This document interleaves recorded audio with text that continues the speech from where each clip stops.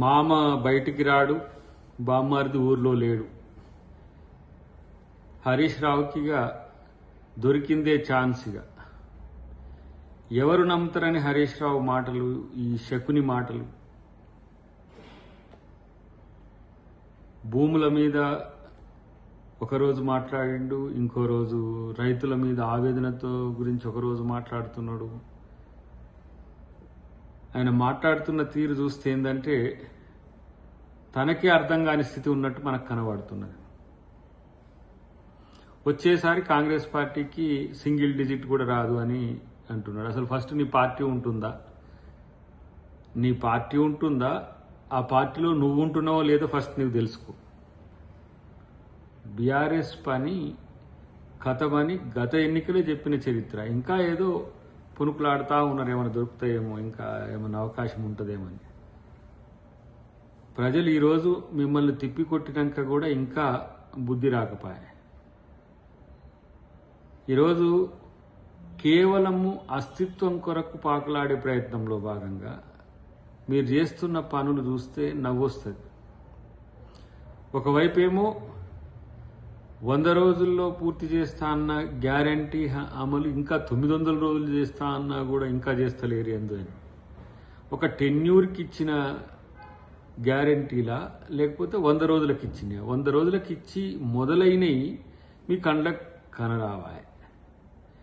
ఇలా ధృతరాష్ట్రానికి చిన్న తమ్ముళ్ళ లెక్క కనపడుతుంది బీఆర్ఎస్ పార్టీ నాయకుల యొక్క ఆలోచన. ఇచ్చినవి కనబడవు, ఇవని గురించి మాట్లాడుతున్నారు. మాట్లాడండి, అవి చేస్తాం డెఫినెట్గా. కానీ ఇలా రేవంత్ రెడ్డి గారిని రావణాసురుని లెక్క లేకపోతే వీరన్ లెక్క చిత్రీకరించే ప్రయత్నం చేస్తే కుంభకర్ణుల్లా వండుకున్న మీ మామ పరిస్థితి ఏంది? పనిచేయని ఎమ్మెల్యేల మీద ప్రజలు ప్రశ్నిస్తుంటే గజ్వేల్ బంద్కు మీరు పిలుపునిస్తుంటారు. అసలు మీకు తలాతోక ఏమన్నా అర్థమవుతుందా? ఎన్నికైన ఎమ్మెల్యే అనేటోడు వచ్చి ప్రజాక్షేత్రంలో ఉంటాడు.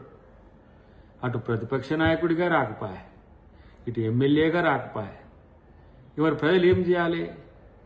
క్యాంప్ ఆఫీసులలో కేసీఆర్ బొమ్మ పెట్టిన రోజులు లేవా? ఇలా ప్రతి ఎమ్మెల్యే ఆఫీసులో ముఖ్యమంత్రి బొమ్మ ఉండడం అనేది ఆనవాయితీ. పెట్టుకోకపోవడం అనేది మీ దరిద్రం. అంటే ప్రోటోకాల్స్ను పట్టించుకోకపోతే కేసీఆర్ ఏమైనా ఎమ్మెల్యే కాకుండా ఇంకేమైనా ప్రధానమంత్రి అయిందా? లేకపోతే ఏమన్నా ఇతరత్ర ఏమన్నా జాతీయ స్థాయిలో రాష్ట్రపతి అయిందా? ముఖ్యమంత్రి ఫోటో ఎమ్మెల్యే అయినా, ప్రతిపక్ష నాయకుడైనా, మంత్రులైనా ప్రతి ఒక్కరు పెట్టుకుంటారు. పెట్టుకోవాలనంటే మీకు బంధులు ఇస్తున్నారు. అది ఏం పిచ్చిలేస్తుంది నాయన మీకు? ఇలా తలాతోక లేని ప్రశ్నలు, అసహనం, అక్కసు ఇవన్నీ కలిపి వస్తున్న పరిస్థితి.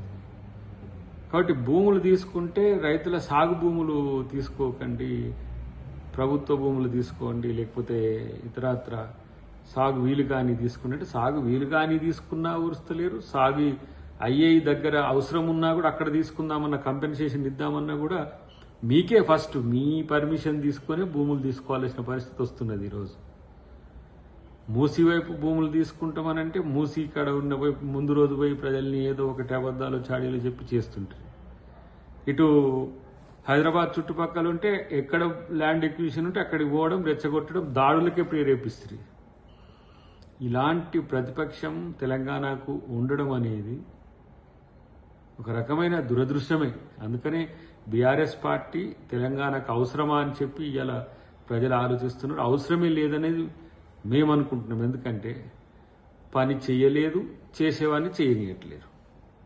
ఎంతసేపటికి అధికార దాహం తప్పితే ఇంకొకటి ఉందా?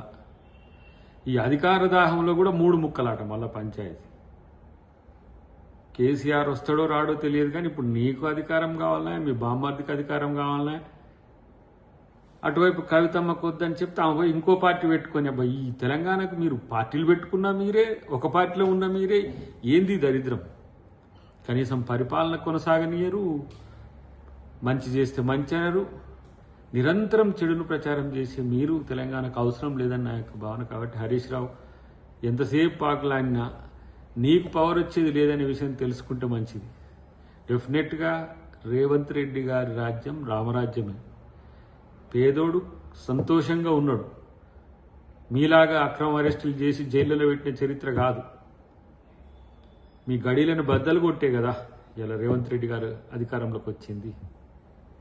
కాబట్టి ఇంకా గడిల పాలనకు అవకాశం ఉందని గడియ కోసం చూడక హరీష్ రావు, నీ భవిష్యత్తు ఏందో చూసుకోమని చెప్పి హితవు. Subscribe us and press the bell icon for more interesting updates.